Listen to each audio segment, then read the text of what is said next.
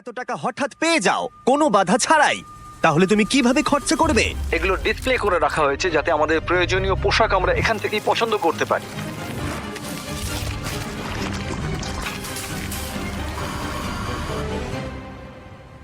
ঠিক আছে, কিন্তু উগান্ডাতে বসবাস করা কয়েক হাজার মানুষ এটাকে অন্যভাবে খরচা করবে। এখানে বসবাসকারী বেশিরভাগ মানুষের দৈনিক রোজগার $1 থেকে $2, যার মানে হলো শিক্ষা পাওয়ার জন্য, ব্যবসা শুরু করার জন্য, পর্যাপ্ত স্বাস্থ্য সেবা পাওয়ার জন্য, এমনকি বিদ্যুৎ পাওয়ার জন্য এটা একেবারেই যথেষ্ট নয়। কিন্তু আমি মনে করি এর সমাধান খুবই সহজ, এই টাকা দিলেই সমাধান হয়ে যাবে। কিন্তু এটাও ঠিক, এমন লোকদের এতগুলো টাকা একসাথে দেওয়া ঝুঁকিপূর্ণ হয়ে যাবে যারা এতগুলো টাকা এর আগে কখনো একসাথে পায়নি। তাই যখন একটা অর্গানাইজেশন এই কাজে আমাদেরকে সাহায্য করবার জন্য এগিয়ে এলো, তখন আমরা জানতাম আমাদের আরো জানবার জন্য সেখানে যেতে হবে। উগান্ডা একটি সুন্দর দেশ এবং এখানে কিছু অবিশ্বাস্য লোক থাকে, কিন্তু যখন আমি প্রথম এই প্রোগ্রামটি সম্পর্কে গিভ ডাইরেক্টলির সাথে যোগাযোগ করি, তখন আমার প্রাথমিক প্রতিক্রিয়া এটাই ছিল যে এটা একটা ভয়ানক ধারণা। আমি ভেবেছিলাম যে চরম দারিদ্র্যের মধ্যে থাকা মানুষগুলোকে যদি 1 বছরের পুরো আয় সরাসরি তাদের হাতে তুলে দেওয়া হয়, তাহলে বোধহয় দুর্যোগের মধ্যে সেটা সঠিক হবে না। গিভ ডিরেক্টলি একটা সিলেকশন প্রসেসের মধ্য দিয়ে অর্থনৈতিকভাবে সবথেকে পিছিয়ে পড়া গ্রামগুলোকে বেছে নেবে আর প্রত্যেকটা ফ্যামিলিকে সাইন আপ করাবে। তারপর তাদেরকে একটা করে মোবাইল ফোন দেওয়া হবে আর তারা একটা ইউনিক পিন নাম্বার পাবে। টাকাটা তাদের সিম কার্ডে ডাইরেক্ট ঢুকবে যাতে তারা সরাসরি লেনদেন করতে পারে, অথবা তারা পিন কোড ব্যবহার করে কাছাকাছি আউটলেটে গিয়ে মোবাইল মানি এজেন্টের কাছ থেকে ক্যাশ উইথড্র করতে পারে। এই সমস্ত পিছিয়ে পড়া সম্প্রদায়ের মানুষদের সীমিত কাজের সুযোগ তাদের পরিবারের ভরণ পোষণ অত্যন্ত কঠিন করে তুলেছে। তাদের মধ্যেই একজন হলো পল। আমার স্ত্রী আর 2 সন্তান আছে, আমরা 4 জনে থাকি। আমার পরিবার দিনে একবারই খেতে পায়, আমরা একবারই খাই, রাতের বেলা, যেটা আমার কাছে খুব কষ্টকর। যদি পলের একটু বেশি অর্থ থাকতো তাহলে সে সেটাকে শুধুমাত্র ব্যবসাতেই বিনিয়োগ করতো না, বরং তার সন্তানরা এর পাশাপাশি ভালো শিক্ষার সুযোগও পেত। আমার এখন জীবনের লক্ষ্য হলো সিনিয়র 4 সার্টিফিকেট পাওয়া। হয়তো তারপর আমার জীবনের কোনো একটা উন্নতি ঘটবে কোনোভাবে। চরম দারিদ্র্যের মধ্যে বসবাসকারী লোকেরা খুবই সীমিত। তাদের বেশিরভাগ দিন অতিবাহিত হয় ছোটখাটো কাজে এবং তারা নিজেরা এই দারিদ্র্যের চক্র থেকে বেরিয়ে আসতে পারে এটা তারা ভাবতেই পারে না। 1 বছর আগে এরকমই অবস্থা ছিল টিয়ান এবং লোকুরের। তাদের বাচ্চারা স্কুল ছেড়ে দিয়েছিল আর তাদের এলাকায় কাজ খুঁজে পাওয়া অত্যন্ত কঠিন ছিল। কিন্তু গিভ ডিরেক্টরির কাছ থেকে ডোনেশন পাবার পর তাদের জীবন একেবারেই বদলে যায়।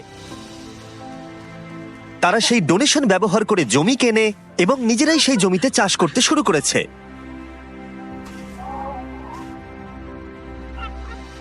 তারা একটা গ্রেন মিলও কিনেছে এবং তারা এখন গোটা সম্প্রদায়ের জন্য শস্য প্রক্রিয়াকরণ করে অল্প প্রফিটও করছে। তারা এখন তাদের সেই প্রফিট দিয়ে নিজেদের বাড়িতে একটি দোকান খুলতে চায়।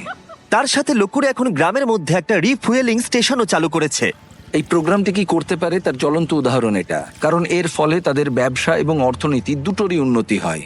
তাও আমাদের সন্দেহ ছিল এই ডিরেক্ট ক্যাশ দেওয়াটা কতটা কাজে আসবে। আমরা জানতে চাইছি এতে ওদের কি কি সুবিধা হবে ওদের ট্র্যাডিশনাল সিস্টেমগুলোকে কাজে লাগিয়ে। তাই আমরা স্থানীয় গিভ ডাইরেক্টলি ফিল্ড অফিসার সিলভেস্টোর সাথে দেখা করলাম। আমি এই কমিউনিটির মধ্যেই থাকি, আমি কারামোজাতে কাজ করি। আমি এখানেই জন্মেছি এবং এখানেই বড় হয়েছি। আমার ক্ষেত্রে যেটা হয়েছিল, যখন আমি বড় হচ্ছিলাম, মানে যখন আমি স্কুলে পড়ছিলাম, বিশেষত যখন আমি সেকেন্ডারি এডুকেশনের জন্য পড়ছি, আমার বাবা মায়ের কাছে অতটা টাকা ছিল না যাতে তারা আমার পড়াশোনা আরো এগিয়ে নিয়ে যেতে পারে। তাই আমাদের বাড়িটা বিক্রি করে দেয় যাতে আমি স্কুলে যেতে পারি। সেটা ছিল আমার কাছে আমার স্বপ্ন বিক্রি করে দেওয়ার মতো, আমার সবকিছু বিক্রি করে দেওয়ার মতো। এটা ছিল এক চরম দারিদ্রতা, আমাদের কাছে কোনো কিছুই ছিল না। যখন আমি গিভ ডাইরেক্টলিতে জয়েন করলাম, আমি বুঝতে পারলাম যে এটা অনেক অনেক আলাদা। আগে আমি যাদের সাথে চ্যারিটি করেছি তাদের থেকে অনেক আলাদা। গিভ ডাইরেক্টলি আমাদের ডিরেক্ট ক্যাশ দেয়, সেই ক্যাশটা আমাদের কমিউনিটির মধ্যে যায় আর সেই ক্যাশটা আমাদের কমিউনিটির বিজনেসও বাড়ায়। এই ক্যাশটার বদলেই আমরা আমাদের চাহিদা পূরণ করতে সমর্থ হই। মানুষ দারিদ্র্যের মধ্যে আটকে পড়েছে প্রচেষ্টার অভাব বা সামর্থ্যের অভাবে নয়, সুযোগের অভাবে তারা দারিদ্র্যের মধ্যে আটকে পড়েছে। তাদের মধ্যেই একজন হলো জোসেফ, যিনি গ্রামের প্রধান। কেউ কেউ অনেক দূরের জমির মালিক, তাই আপনার যেটা সব থেকে বেশি দরকার সেটা হলো টাকা, যাতে আপনি কাছাকাছির মধ্যে জমি কিনতে পারেন। আমরা এই ঘাসের বাড়ি তৈরি করি আর উই পোকা এই ঘাসগুলো খুব দ্রুত খেয়ে নেয়, তাই খুব বেশি দিন এই বাড়িগুলো থাকে না। আমরা পরের বছর আবার এগুলো তৈরি করি, ধ্বংস করি, আবার তৈরি করি, এভাবেই চলতে থাকে। কিন্তু এই গ্রামে বাড়ির সমস্যাই একমাত্র প্রধান সমস্যা নয়। ক্ষুধা, দারিদ্রতা এবং শিক্ষার অভাব এই সমস্ত সম্প্রদায়ের মানুষদের অন্যতম প্রধান সমস্যা। তার নিজের গ্রাম পরিচালনা করার বোঝা ছাড়াও জোসেফ গুরুতর স্বাস্থ্য জটিলতায় ভুগছে।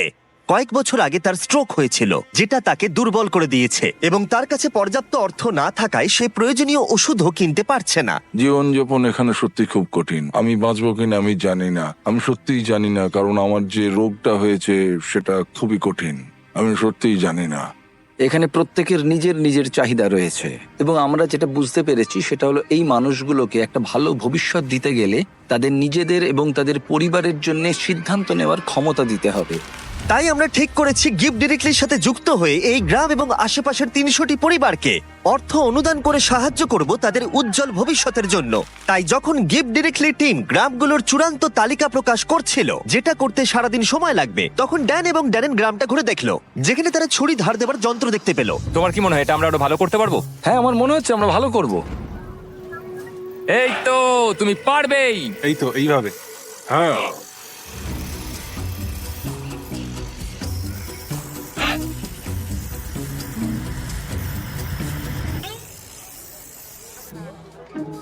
এবার এখন এগুলো টেস্ট করার সময়। ওরা কি টেস্ট করার জন্য চিকেন এনেছে? না, ওরা আমাদের জন্য চিকেন আনেনি। আমাদের পেছনে এখন অনেক লোক দাঁড়িয়ে আছে, আর ওরা দেখবে যে সব থেকে ভালো কে ছুরি ধার দিয়েছে। যদি তোমরা ফুটেজটাকে রোল ব্যাক করে দেখো তাহলে দেখতে পাবে ড্যারেনকে একজন অ্যাসিস্ট করছে ছুরিটা ধার দেওয়ার জন্য, আর আমি পুরোটা একা একা করে গেলাম। আমি অনেক বেশি প্রফেশনাল ভাই। হ্যাঁ। ঠিক আছে, আর এখন ড্যান এবং ড্যারেনের পালা। আমি চ্যাম্পিয়ন।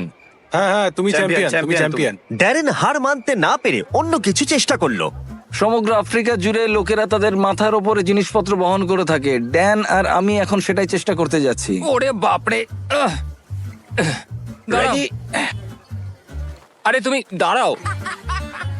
ইয়া, তুমি কি ঠিক আছে? তোমার হাত নিচে তো? হ্যাঁ, তুমি এটা নিয়ে দাঁড়িয়ে আছো কি করে? ঠিক আছে। তুমি তৈরি তো? ও, আমি জিতে গেছি। হতেই পারে না। ঠিক আছে, এইটা ড্যারেন জিতলো, কিন্তু ওর ব্যাগটা।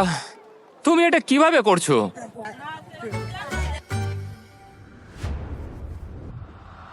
পরের দিন সকাল ছিল ডিস্ট্রিবিউশনের সকাল। এখন সেই মুহূর্তটা এসে গেছে। সমস্ত টাকা 10 মিনিটের মধ্যে ট্রান্সমিটেড হয়ে যাবে। এই মানুষগুলো অবশেষে তাদের দারিদ্র্য থেকে মুক্তি পাওয়ার একটা সুযোগ পাচ্ছে, যা নিয়ে তারা সারা জীবন লড়াই করছিল। কিন্তু গ্রামের মধ্যে জোসেফ ছিল সবচেয়ে বেশি উদ্বিগ্ন, কারণ তিনি জানতেন এই অনুদানটি তার এবং তার পরিবারের জীবন কতটা বদলে দেবে। এটা ছিল সেই মুহূর্ত যার জন্য তারা অপেক্ষা করছিল, তাই গোটা সম্প্রদায় ছিল নার্ভাস এবং এক্সাইটেড।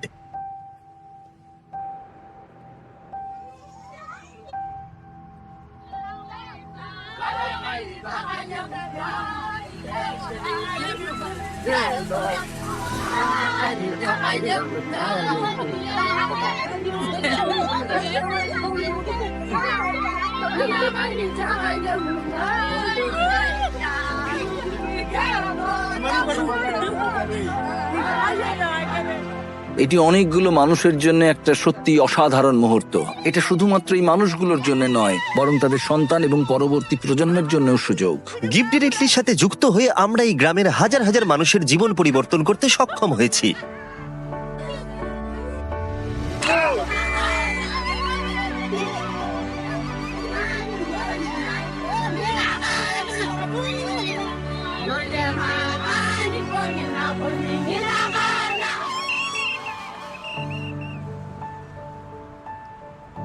টেক্সট মেসেজ পাওয়ার পর এখন সময় তাদের টাকাগুলো উইথড্র করবার। 100 বছর আগের থেকে এই মানুষগুলো কোনোদিন সেরকম ভাবে সুযোগ পায়নি, কিন্তু এখন তারা এগিয়ে চলেছে, তারা সুযোগ পাচ্ছে। ইতিহাসের একটি কলঙ্কিত অধ্যায় শেষ হয়েছে, এবং তারা শুধু নিজেদের জন্য নয়, পরবর্তী প্রজন্মের জন্যও শক্তিশালী ভবিষ্যৎ গড়ে তুলতে পারে। এবং তাদের মধ্যে বেশ কয়েকজন এটার সঠিক ব্যবহার করতে শুরু করে দিয়েছে, যেমন রুথ। এই অর্থকে কিভাবে কাজে লাগাতে হয় তার শক্তিশালী উদাহরণ হলো রুথ। গিফট ডিরেক্টর থেকে টাকাটা পাওয়ার আগে আমি আমার সন্তানদের ঠিকমতো দেখাশোনা করতে পারতাম না, কোনো ওষুধ কিনতে পারতাম না। আমি একজন হাউসওয়াইফ ছিলাম, আমাদের জীবন খুব কষ্টে কাটছিল। কিন্তু প্রতিকূলতা সত্ত্বেও রুথ গিফট ডিরেক্টলির সাহায্যে তার স্বপ্নগুলো সত্যি করতে দৃঢ় প্রতিজ্ঞ ছিল। সে তার স্বপ্নগুলোকে বাস্তবে পরিণত করবার জন্য এবং তার পরিবারের সন্তানদের উজ্জ্বল ভবিষ্যৎ দেবার একটা সুযোগ পেয়েছিল। ও এখন তার ব্যবসায়িক মনোভাবকে ব্যবহার করে শুধুমাত্র নিজের উন্নতিকরণের জন্য নয়, বরং তার পুরো সম্প্রদায়ের উন্নতিকরণের জন্য। আমি এখন আমার পরিবারের সব দায়িত্ব নিতে পারছি। এখন আমাদের জীবন অনেক সহজ হয়ে গেছে, আগের মতো আমাদের আর কষ্টে দিন কাটাতে হয় না। কিন্তু রুথি একমাত্র নয় যে তার টাকাগুলোকে সঠিকভাবে ব্যবহার করতে শুরু করেছে, যেমন আউমা, যে তার গোটা জীবনকে উৎসর্গ করেছে শিক্ষার জন্য। বছরের পর বছর কঠোর পরিশ্রম করে সে তার নিজের জমি কেনবার টাকা অর্জন করতে পেরেছে, এবং গিফট ডিরেক্টলির অর্থ অনুদানের সাহায্যে সে তৈরি করেছে ক্লাসরুম, টয়লেট, এমনকি 7 জন টিচারকেও সে হায়ার করেছে। বর্তমানে এই স্কুলে 200 জনেরও বেশি ছাত্রছাত্রী রয়েছে। এই অর্থ সম্প্রদায়ের একটি অত্যন্ত প্রয়োজনীয় ফার্মেসিতেও ব্যবহার করা হয়েছে। হাজার হাজার শিশুর জন্য স্কুল ফি এবং ইউনিফর্মের জন্য, এমনকি কয়েকশো পরিবারের বাড়ি তৈরিতেও ব্যবহার করা হয়েছে। এবং অর্থ কিভাবে ব্যবহার করা উচিত তার উদাহরণ হয়ে দাঁড়িয়েছে। এই মানুষগুলোকে সামান্যতম সুযোগ দেওয়া হলেই তারা সেটিকে গ্রহণ করে এবং এটি করতে তারা ঝাঁপিয়ে পড়ে। এটি তাদের কাছে এমন একটি সুযোগ যা তারা আগে কখনো পায়নি, এবং এই ঘটনাগুলো আমার জীবনে এতই ইন্সপায়ারিং এবং মোটিভেটিং ফ্যাক্টরস যা আমি কখনো এক্সপিরিয়েন্স করিনি।